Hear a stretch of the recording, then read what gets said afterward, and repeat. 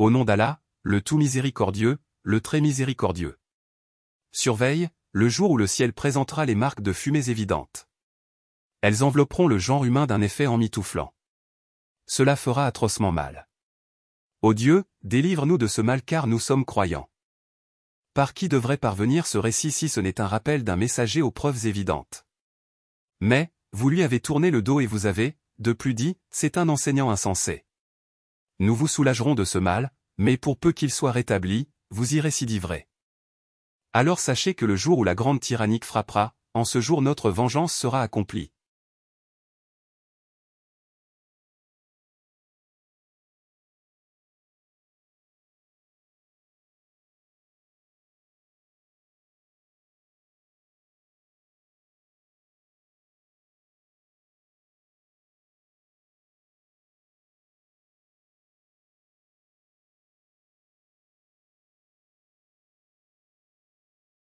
Du Big Bang à l'acuité humaine, la révélation religieuse a fait de cette évolution créative, une genèse de l'histoire du monde.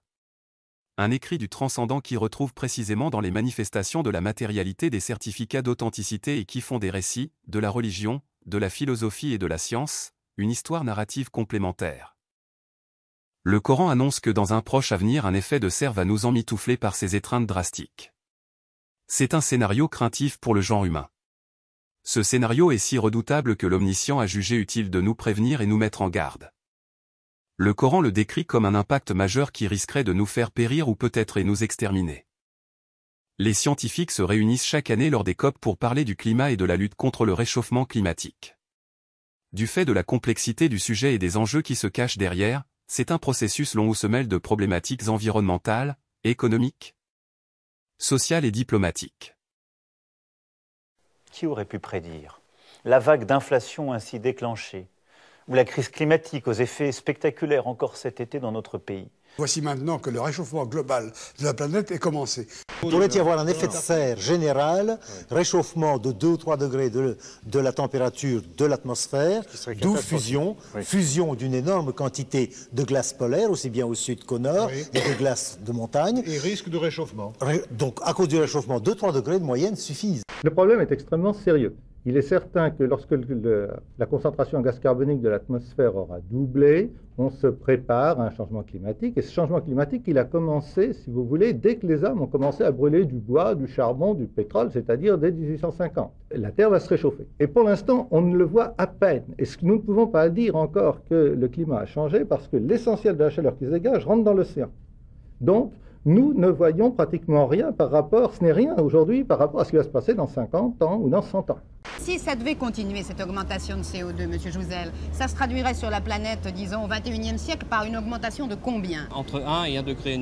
C'est pas beaucoup, ça. C'est pas beaucoup, c'est beaucoup si on pense que par rapport en période glaciaire, c'était simplement 4 degrés plus froid en moyenne du globe qu'actuellement. Donc c'est énorme et ça va avoir des conséquences non seulement sur la température, mais aussi sur le niveau de la mer qui peut monter d'une dizaine de centimètres à 1 mètre suivant les prédictions. Par exemple sur la fréquence des cyclones, ce qui est très important. Si une prédiction telle qu'une fréquence de cyclone augmentée de 40% est vérifiée, c'est extrêmement important. La planète se réchauffe et les conséquences pourraient bien être catastrophiques. Pour les scientifiques, il n'y a plus de doute possible. Notre planète se réchauffe. Les températures augmenteront plus vite en 100 ans que lors des 10 000 dernières années. Les experts internationaux tablent sur une hausse des températures de 2 à 5 degrés le siècle prochain. Quelques degrés de plus le siècle prochain et ce sont des répercussions innombrables sur notre existence. Hausse du niveau de la mer, bouleversement climatique, recrudescence des maladies infectieuses. Chaud devant, si l'on en croit les scientifiques, la température sur Terre va grimper d'1,5 degré d'ici le prochain siècle, entraînant de graves dérèglements climatiques si rien n'est fait pour limiter la pollution et l'effet de serre. C'est tout l'enjeu de la conférence mondiale qui vient de s'ouvrir ce matin à Kyoto, au Japon. Sur place, Anne Poncinet et Patrick Voix. Les organisations écologistes japonaises se sont donné rendez-vous à vélo avant le début de la conférence dans les rues de Kyoto pour demander plus au gouvernement des pays industrialisés. Par exemple, je trouve que le gouvernement japonais ne fait pas assez pour l'environnement, pour notre futur. 160 délégations sont réunies ici pour 10 jours dans la capitale spirituelle du Japon. Cette conférence est la suite du sommet de la Terre du Brésil où pour la première fois en 1992, les pays s'étaient engagés à réduire les gaz à effet de serre. 5 ans après Rio, le bilan est mitigé. Tous les pays industrialisés sont loin d'avoir honoré leurs engagements de l'époque. Mais ils se retrouvent ici, à Kyoto, pour en prendre d'autres, encore plus contraignants, à l'horizon 2010. Ces engagements, ils concernent essentiellement les grands pays industrialisés, les plus polluants. Mais ils intéressent toute la planète, particulièrement les États insulaires. Comme nous sommes situés au milieu de vastes océans, nous sommes menacés par la montée du niveau de la mer, qui est directement liée au réchauffement de la planète. Les pays riches doivent donc maintenant faire des promesses pour réduire leur rejet de gaz carbonique. S'ils n'y parviennent pas ici, à Kyoto, l'affaire sera reportée au prochain millénaire. L'effet de serre est un phénomène naturel. Les rayons du soleil touchent la Terre et sont renvoyés vers l'atmosphère. Mais la présence de gaz et de vapeur d'eau dans celle-ci fait barrière. Résultat, ce rayonnement revient réchauffer la planète, un peu comme dans une serre à légumes. Problème, les émissions par l'homme de plusieurs gaz amplifient ce processus et provoquent une hausse anormale des températures. On parle alors d'effet de serre additionnel. Deux gaz en sont principalement responsables, le dioxyde de carbone et le méthane. Le dioxyde de carbone représentait plus de 70% des émissions de gaz à effet de serre dans le monde en 2014. Il provient surtout des activités industrielles et de la combustion d'énergies fossiles comme les carburants et le chauffage. Dans la nature, ce gaz est émis lors des incendies et des éruptions volcaniques. En 2016, la concentration en CO2 était de 403 parties par million, contre moins de 300 au début du XXe siècle. Le méthane, lui, provient surtout de l'agriculture, notamment de l'élevage et de la culture du riz. Il représente moins de 20% des émissions de gaz à effet de serre, mais son potentiel de réchauffement global est plus important. À entendre ces spécialistes du climat, si l'homme ne change pas ses habitudes, la température de la Terre augmentera de 2 à 6 degrés d'ici 2100.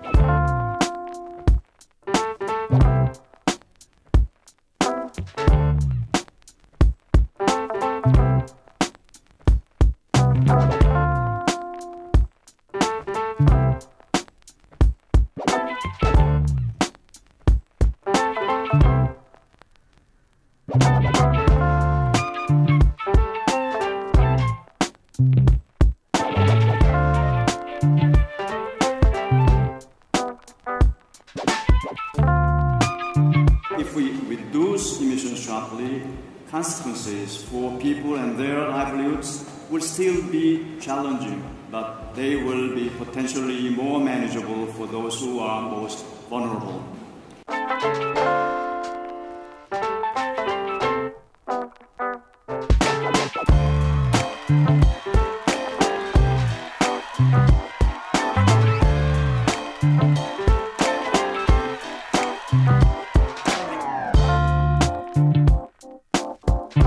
Il y a un niveau de réchauffement de la planète auquel on n'échappera pas. Néanmoins, les actions de réduction des émissions de gaz à effet de serre, donc essentiellement d'économie d'énergie, de recours à des filières énergétiques qui ne font pas appel au charbon, au gaz naturel, au pétrole, permettent de modifier sensiblement le cours du climat.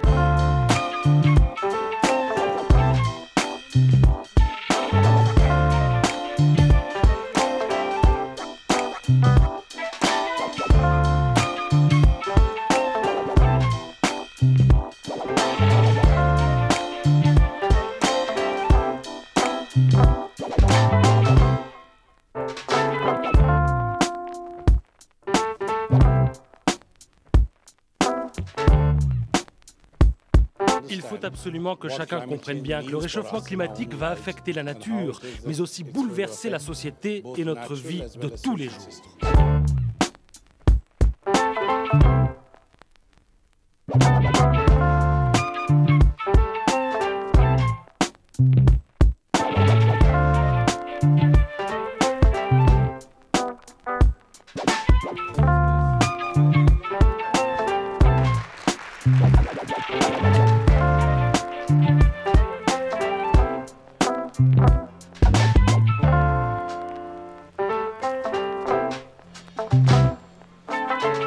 We'll work together in a constructive, collaborative spirit to produce a strong, robust, and clear summary for policymakers while upholding scientific integrity of the IPCC.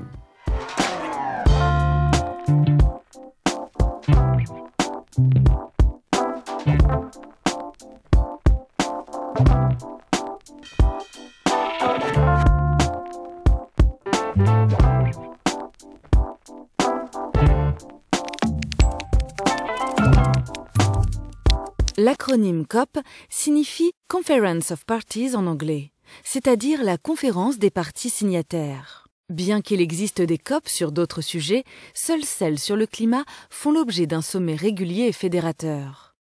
Dans ce cas, les parties en question sont tous les États et organisations supraétatiques qui ont signé la Convention cadre des Nations Unies sur les changements climatiques entrée en vigueur en 1994. Cette convention internationale reconnaît l'existence de dérèglements climatiques et vise à stabiliser les taux de gaz à effet de serre. Au total, on compte 197 parties. Ces signataires se réunissent une fois par an depuis 1995 pour une conférence sur le climat qui dure 2 semaines. En 2015, à l'issue de la COP21 qui se tenait à Paris, les États ont signé l'Accord de Paris s'engageant à limiter la hausse des températures à 2 degrés en 2100 par rapport à l'ère pré-industrielle. L'accord est entré en vigueur en novembre 2016. Un an plus tard, les Nations Unies prévenaient que les émissions de gaz à effet de serre restaient trop élevées pour atteindre cet objectif. Qui aurait pu prédire ?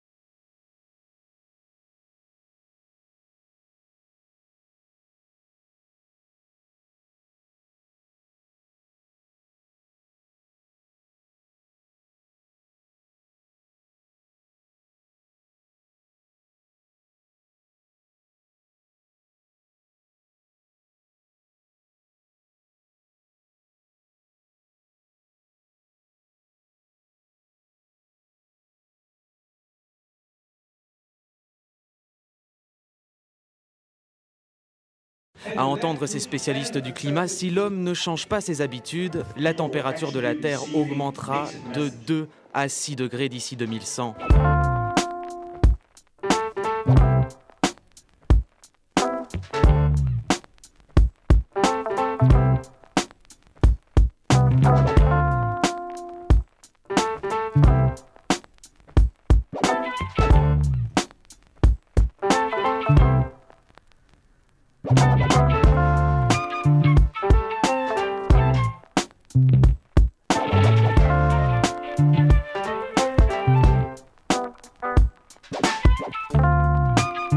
If we reduce emissions sharply, consequences for people and their livelihoods will still be challenging, but they will be potentially more manageable for those who are most vulnerable.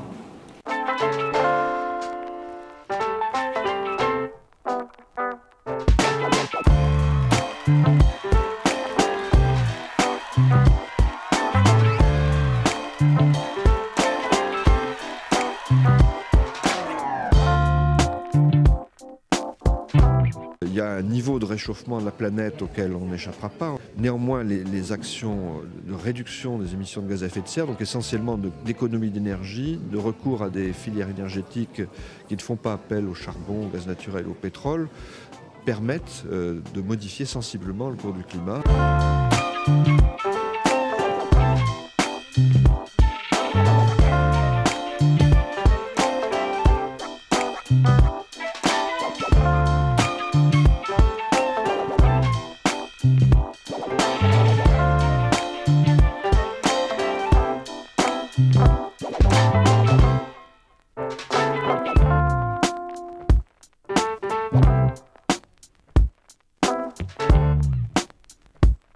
Il faut absolument que chacun comprenne bien que le réchauffement climatique va affecter la nature, mais aussi bouleverser la société et notre vie de tous les jours.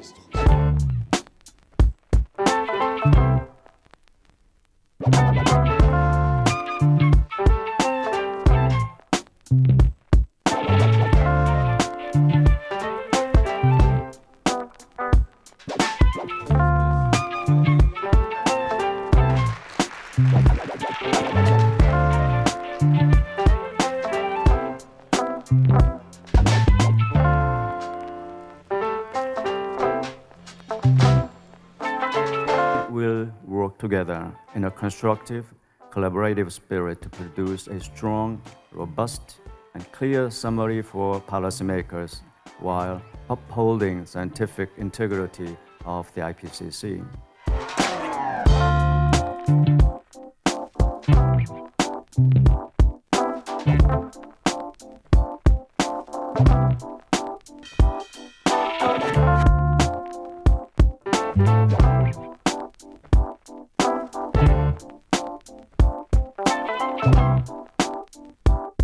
De la révélation à la conquête du savoir. Lorsqu'on dit que c'est écrit dans le Coran, cela voulait dire que c'est l'omniscient qui vous parle. Le prophète n'est que le porte-parole du divin. Il rapporte la parole divine à ses concitoyens. Mais le prophète a également des suggestions sur les sujets divins. Elles sont nommées hadiths. Et, à propos de l'effet serre drastique, le prophète Mohammed, sallallahu alayhi wa sallam, a recommandé des actions sérieuses à entreprendre lorsque ce problème deviendrait imminent. Dangereux et menaçant, il recommande d'être très vigilant et d'être très compétitif en termes de défis à l'égard des 6 sources qui sont à l'origine de la cause de l'effet de serre drastique. Peut-être qu'avec de tels efforts nous y parviendrons à remédier. Par ce passage coranique et les hadiths qui suivent, nous reconnaissons fortement que les hommes de science sont les héritiers des savoirs prophétiques. Lorsque le prophète Mohammed, sallallahu alayhi wa sallam, s'exprimait sur les signes avant-coureurs de l'heure, il a prononcé cette phrase en arabe qui dit « Badirou bel amel sita », ce qui voudrait dire « relever le défi des 6 actions qu'impose la fumée ». Cette phrase prononcée par le prophète Mohammed, sallallahu alayhi wa sallam, est considérée par les exégèses comme un hadith faible et cependant il me fait songer indubitablement aux résolutions du protocole de Kyoto qui s'était fixé des objectifs en 1990 de réduire les émissions des 6 gaz à effet de serre, le dioxyde de carbone, le méthane, le protoxyde d'azote et les 3 substituts du chlorofluorocarbone. Mais combien même ce hadith fut considéré faible par les exégèses musulmanes. N'en demeure pas moins que les citoyens aujourd'hui trouvent qu'il y a une similitude entre la citation du prophète et les actions des hommes de science écologistes. Le prophète nous a conseillé de demeurer ferme et lui résister sans faillir car sa présence persistance fera beaucoup de victimes de climat. Mais les problèmes de croissance économique l'emportent sur le réchauffement. Il n'y a qu'à voir les retraits des pays qui étaient des signataires de la conférence de Kyoto.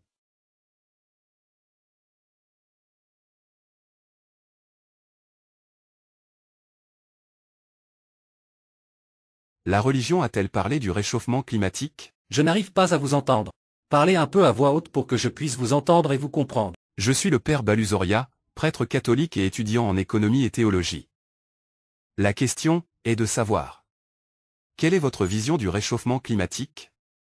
Pouvez-vous suggérer que les religions peuvent travailler ensemble pour lutter contre le changement climatique? Pouvez-vous ajouter quelques mots encourageants en cette circonstance? Si je puis me permettre de vous demander si mon fils saurait diriger le mouvement de la jeunesse pour un bien meilleur avenir et salut du monde? Et, je vous remercie. Le prêtre a posé une question sur le réchauffement climatique. Que dit la religion sur le réchauffement climatique? Y a-t-il du texte sur ce sujet? mon fils peut-il diriger ses compagnons jeunesse? Seul Dieu, le Tout-Puissant sait. Il est alors un jeune prédicateur, et c'est le plus jeune prédicateur que je connaisse. Je demande à Dieu de le guider et de lui accorder le succès dans sa mission de vulgarisateur. À l'heure actuelle, le message est d'apporter la paix à tous, et c'est également mon métier. En ce qui concerne la question, qu'est le réchauffement climatique? Que disent les religions sur ce sujet préoccupant? Il y a plusieurs hadiths du prophète qui parlent de choses différentes, comme je l'ai mentionné précédemment. Dans le hadith authentique que voici, il dit que l'heure ne viendra pas avant que le désert arabe ne redevienne des prairies et des rivières. C'est ce que nous voyons à l'heure actuelle. Aujourd'hui, nous observons que le climat change et que le désert situé sur la ligne médiane des hémisphères se transforme en verte prairie. C'est la preuve qu'avant la fin du monde, il y aura des changements dans le climat. Ce sont donc des signes avant la fin du monde.